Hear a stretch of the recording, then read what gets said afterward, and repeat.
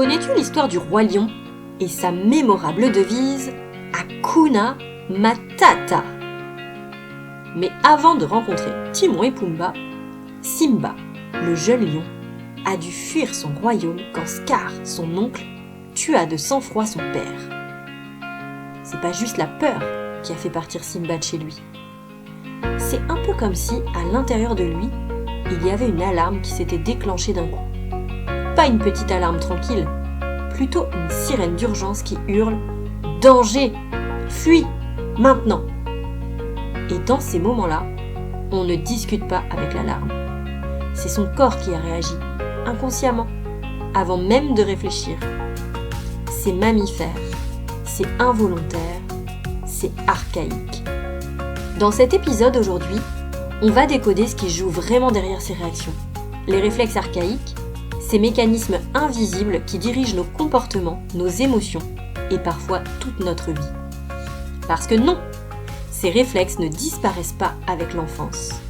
Et oui, ils peuvent encore influencer aujourd'hui ta façon de réagir, de décider, ta façon d'adapter ton comportement face à un stress intense, un danger ou même de fuir la situation. Bienvenue dans Babig et compagnie, le podcast qui aide les parents et les professionnels à comprendre le développement des enfants autrement et celui des adultes grâce aux réflexes archaïques. Ici, on parle réflexe et motricité et on fait parfois quelques expériences plus ou moins folles, mais c'est toujours pour la science. Hakuna Matata, mais quelle phrase magnifique! Non, ok, Marion, c'est peut-être pas une bonne idée que tu chantes ici. Mais par contre, ça peut être une bonne idée de décoder les réflexes archaïques du roi lion. Pourquoi Simba fuit-il alors qu'il est censé être un roi ? On pourrait dire parce qu'il a peur, parce qu'il est coupable, parce qu'il se sent coupable, parce qu'il n'est pas prêt. Mais si on regardait ça autrement, avec un œil réflexe, et si Simba ne décidait pas vraiment de fuir, et si c'était son corps qui décidait pour lui ? Un peu comme si quelqu'un appuyait sur un bouton mode survie activé. Et à partir de là, plus de réflexion possible, plus d'analyse possible, juste une chose, partir. En mode survie activée. Quand Simba assiste à la mort de son père, c'est un choc qui dépasse ce qu'un corps peut encaisser sur le moment. Et dans ces situations-là, nos réflexes se suractivent et peuvent ensuite devenir défaillants, ne plus fonctionner correctement, nous pousser à avoir un comportement qu'on ne maîtrise plus. Prenons comme exemple le réflexe de Moro. C'est un réflexe de survie par excellence. Un réflexe qui est présent dès la naissance, il est normalement intégré vers 5 mois de vie. Il est assez facile à repérer chez le bébé. Lorsque sa tête part en arrière ou lorsque ses bras ne sont pas maintenus, si le bébé a une sensation de chute, de perte de sécurité ou de danger brutal, ses bras s'ouvrent en sursaut puis se referment. Il peut parfois pleurer, avoir besoin d'être bercé, d'être câliné, d'être contenu, d'être regroupé. C'est aussi pour ça qu'on appelle ce réflexe embrassade de Moro. Le corps s'ouvre, s'alarme, puis cherche à se refermer, à se protéger. C'est un réflexe qui, en cas de stress, peut ordonner au corps de fuir ou de combattre de façon adaptée à la situation. Si à ce moment, je dois me défendre, mon Moro qui fonctionne correctement va m'aider à le faire. Si par contre, dans cette situation-là, je dois fuir, mon Moro qui fonctionne correctement va également m'aider à le faire. Il adapte mes réactions. Mais si le choc est trop violent, ce réflexe peut ne plus assurer son rôle pleinement.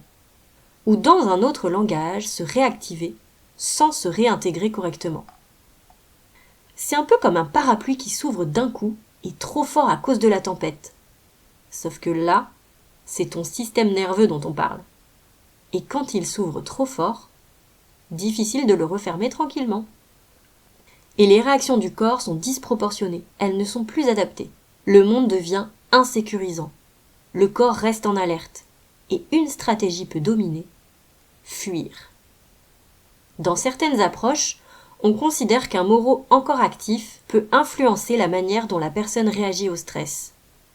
Plus d'alerte, plus de réactivité, et parfois de l'évitement. C'est exactement ce que fait Simba, le roi lion. Il ne réfléchit pas, il part, et surtout, il ne revient pas, même quand le danger n'est plus là. C'est comme si quelqu'un lui disait « Tu peux rentrer, c'est terminé !» mais que son corps répondait « Non, je ne rentre pas, c'est trop risqué !» Parce que son corps, lui, n'a pas reçu le message, parce que c'était trop fort, trop intense, trop profond, trop archaïque. Mais c'est pas tout, il y a autre chose qui se joue chez Simba. Quelque chose de plus profond encore, son lien à lui-même. Il existe un autre réflexe propre à l'identité, moins connu, non consensuel scientifiquement, mais très parlant dans la pratique, le réflexe de radiation du nombril. C'est celui qui nous relie à notre centre, à notre axe, à nos racines. Il est associé à l'organisation du schéma corporel et à la sensation d'unité du corps. Il s'active à la naissance par le contact ventre à ventre. Du centre partent 6 connexions primordiales, comme les branches d'une étoile, vers la bouche pour se nourrir, vers le pubis pour évacuer, puis vers les bras et les jambes pour se relier et s'activer. Lorsqu'il est bien intégré, il contribue à un sentiment de stabilité, d'ancrage, de cohérence, la sensation d'être à sa place. On sait qui on est, on peut s'appuyer sur soi, on se sent habiter son corps grâce à ce réflexe. Mais lorsqu'il est moins intégré, certaines personnes peuvent décrire un sentiment de flottement, de perte de repères ou de difficulté à se situer, d'avoir le sentiment de perdre pied. On se sent déraciné, on doute, on s'éloigne de soi-même. Et si on regarde Simba, ça fait écho à sa situation. Il quitte sa terre, il abandonne son identité, il devient quelqu'un d'autre. Hakuna Matata, ça signifie pas de problème. En apparence, ça c'est génial. Plus de responsabilité, plus de passé, juste manger des insectes et chanter avec ses copains. Mais en réalité, c'est surtout une très belle façon d'éviter. Il s'est coupé de ses racines. C'est pas juste une fuite, c'est une désorganisation intérieure totale. Comme si tout à l'intérieur avait été secoué dans tous les sens et que plus rien n'était vraiment à sa place. Un corps qui a perdu son ancrage et qui reste bloqué dans un mode de survie. Et c'est là que son retour devient puissant, parce que Simba, il ne fait pas que revenir chez lui, il revient à lui. Un peu comme s'il retrouvait son chemin après s'être longtemps perdu. Pas à pas, il reconnecte les morceaux.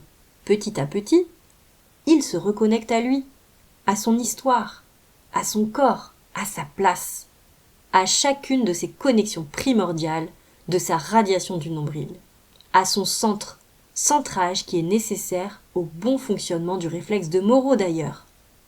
Il ressent, il affronte, il se redresse et quelque chose se réorganise. Dans cette lecture, on pourrait dire que son système sort du mode fuite et retrouve de la stabilité. Et toi, ça t'est déjà arrivé, comme Simba, d'éviter, de t'éloigner, de faire comme si tout allait bien, alors qu'au fond, ton corps te dit autre chose. Un peu comme cette petite alarme qu'on essaie d'ignorer, mais qui continue de clignoter. Toi, tu sais qu'il faudrait affronter la situation, la combattre plutôt que de la fuir. Mais tu fuis. Si on écoutait un peu plus nos réflexes archaïques, nos sensations, pour être plus ancrés, là, vivre correctement, pleinement au moment présent. On croit que c'est un manque de confiance, un manque de motivation, mais parfois, c'est juste un système de protection encore actif. Alors la vraie question, ça n'est pas mais qu'est-ce qui ne va pas chez moi, mais plutôt qu'est-ce que mon corps essaie encore de protéger. Dans ce podcast, on explore ces mécanismes à travers des personnages que tu connais déjà, comme Simba le roi lion par exemple, pour mettre des mots sur ce que ton corps vit en silence. Notre corps et nos comportements parlent pour nous. Et comprendre c'est un début, mais se reconnecter à soi, c'est là que tout change. Donc si tu as envie de fuir une situation, tu n'es pas obligé de partir dans la jungle, retrouver Timon et Pumba, même s'ils ont l'air vraiment super sympas. On peut trouver d'autres solutions en retravaillant tes réflexes archaïques. Je précise que dans cet épisode, j'utilise les réflexes archaïques comme une grille de lecture des comportements, dans une approche symbolique et éducative et non comme un diagnostic médical ou une explication scientifique stricte. Prends soin du développement des enfants et du tien. Observe leurs mouvements et leurs comportements. Et le tien également. Faire du lien entre le corps, la posture, les émotions, la gestion du stress, les stratégies d'apprentissage, le comportement, les relations sociales, grâce aux réflexes archaïques. Et si tu fais toi-même des expériences comme aller tester tes propres réflexes archaïques pour mieux te connaître, c'est pour la science, hein. Si cet épisode t'a parlé, tu peux découvrir mes ateliers et formations sur Babig et compagnie et chanter Hakuna Matata avec moi. À bientôt pour parler réflexes et motricité.